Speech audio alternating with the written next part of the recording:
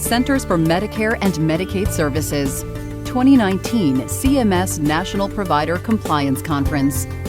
Understanding your additional documentation request, ADRs, Stacy McMitchell, Senior Provider Relations Analyst, CGS. As I was introduced, my name is Stacy McMitchell. I've been in the Medicare arena about 22 years. Today I'm just going to share with you some quick tips about understanding your ADR. Most of today's conversations have been related to audits, how to navigate through those audits, some of the data analysis for the audits, and then I'm just going to piggyback on that and just explain the ADR process and things that you can do to assist in making sure that you're responding with the appropriate information. First off, and just advising on what an ADR or additional documentation request letter is, that is a system-generated letter that's associated with a claim that has been selected for review. All of the Medicare administrative contractors utilize this process to generate a letter out to our providers and suppliers when the claim is under audit. The ADR will specify the individual pieces of documentation that is required related to the services that are being reviewed.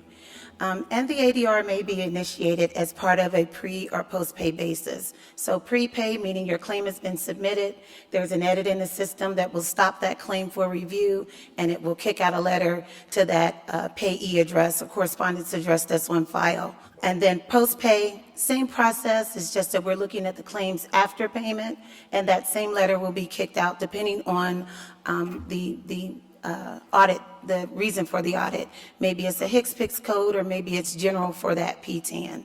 In preparing for an audit, we always encourage our providers and suppliers to make sure that you have a thorough intake process.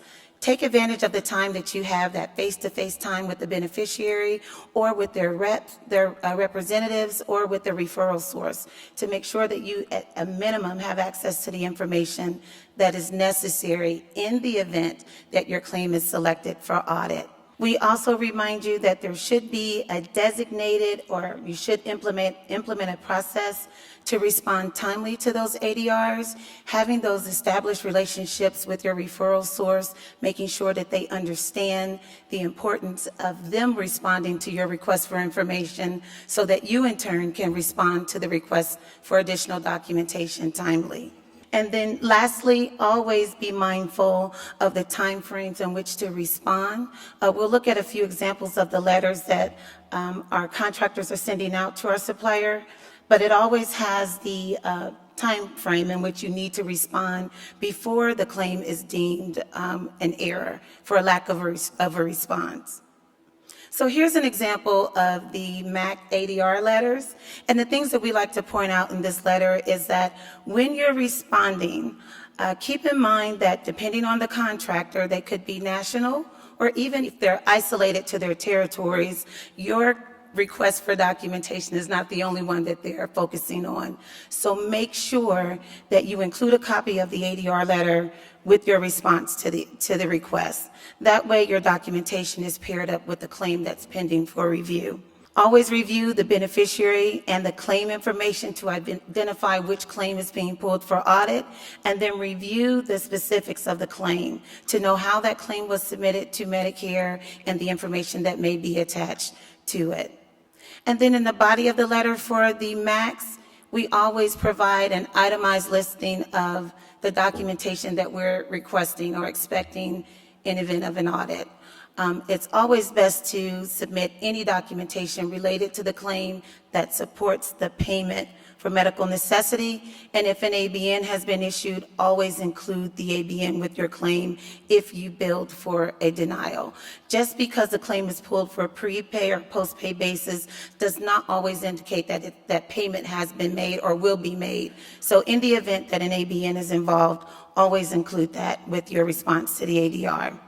And then as far as the supplier or provider documentation, that's your proof of delivery, your ABNs, your orders, things that don't really tie into the clinical pieces of that.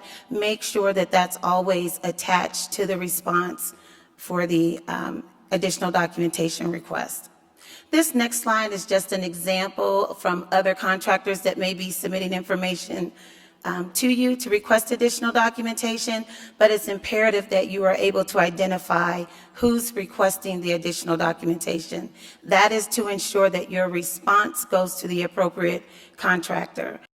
The contractors will not transfer the documentation submitted to them in error. They may submit it to our written core department and you'll receive a response that way, but that impacts your timeliness. So again, just making sure when you're receiving those letters from the contractors that you're identifying which contract they came from and that the response is not only timely, but you're submitting it to the appropriate contractor. They have the same elements of information within the letters, but they may not be laid out the same. For the MACs, we itemize that list. For others, it may be within the body of the letter. So again, just reminding you to read the letter in its entirety, making sure that you identify the beneficiary, the claim that's under review, the date of service, the HCPCS code that's under review, and all of the documentation that is required for that particular item. And then lastly, make sure that you respond timely and to the appropriate contractor. Some common mistakes to avoid. Always return your documentation to the Medicare contractor identified on the ADR or in the body of the letter. Never omit requested documentation. It's important that when you submit your documentation, it's everything that's related to the service. Even if we're just looking at proof of delivery, or maybe the audit is on medical records, you should still have any other pertinent documentation that's related to the claim that is submitted to the program. Always send a clear and legible copy of the requested information.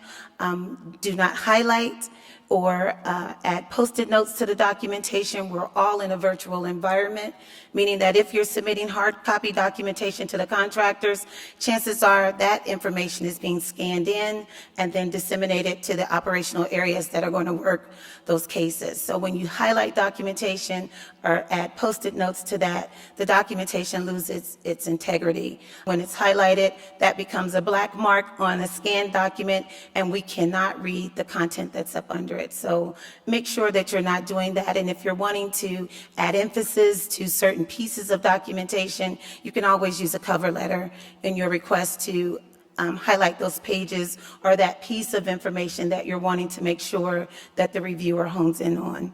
Do not send responses to the attention of any person or department. All of the contractors have specialized P.O. box numbers or faxes that you should utilize, and we will make sure that we disseminate that to the appropriate personnel to review those cases. And then never miss your deadline. Never, never miss your deadline. I need you all to repeat that. Never miss your deadline. Claims will be automatically denied if the timely response is not received.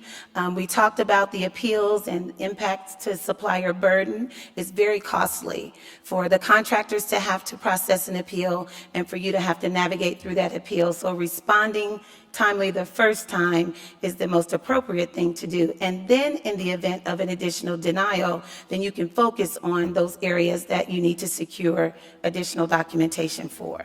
And that's all I have for you today for some tips and reminders. Thank you for your time. Centers for Medicare and Medicaid Services.